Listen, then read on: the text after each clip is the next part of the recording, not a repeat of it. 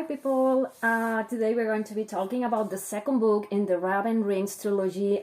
This is The Road by Siri Pettersen, and I have to say that as much as I loved the first one, I did love the second one even better. I mean, it's amazing. We are going to be following Hirka as she comes to be into our world, so to speak. And we are going to be following Rime, who remained behind in his world. And I did love this comparison at the very beginning of the book and at the very end. You have like these two maps. You have Europe at the beginning, and then you have at the end, and you can study them and see that there are some areas that kind of look similar and they kind of overlap.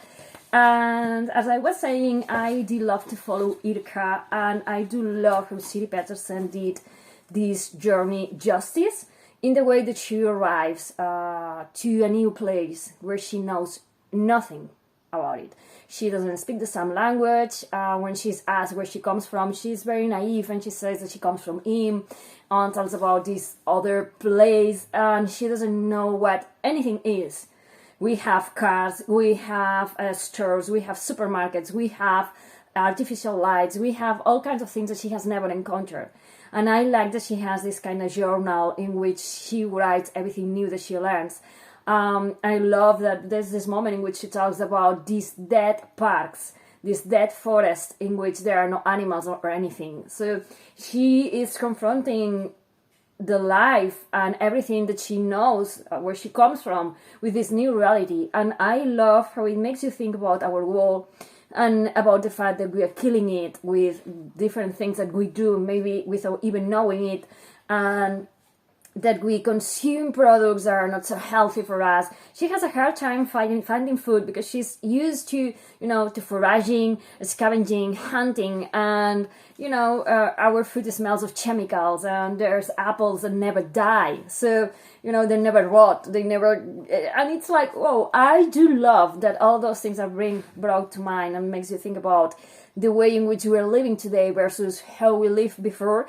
Also, we have things that are like good, like hospitals and antiseptics and different things. But I mean, I did love that she has this cultural crash, so to speak. And I did love to see her lost in a new world. And I love when she begins to get her new bearings and when she gets to know new people who are going to be journeying with her and, trying to help her or not. You're going to have to read this one. And also I love how Rime is trying to make good in everything that he thought. Like the council cannot go on as it is, and changes have to be brought upon. And I love that the council members obviously doesn't want change because the council, it's profiting from the people, and they don't want to have this usurper here, who really, he's not an usurper, he comes from one of the most important families, but he's like destroying everything, he's changing everything. So they want him there? No, they want to kill him. Yeah. So Rime is going to be facing lots of political foes and political enemies and people who are going to try to kill him. Also, we are going to have the blind inviting him, and also that makes him think, why did Hirka leave if the blind are anyway coming here? So I do love the two point of views, and I do love the story that it's going to be told in this book. I'm not going to be saying anything about it. I want you to walk into this book as blindly as I did and to be surprised by the new characters we are going to find and the new conundrums that they are going to bring forth.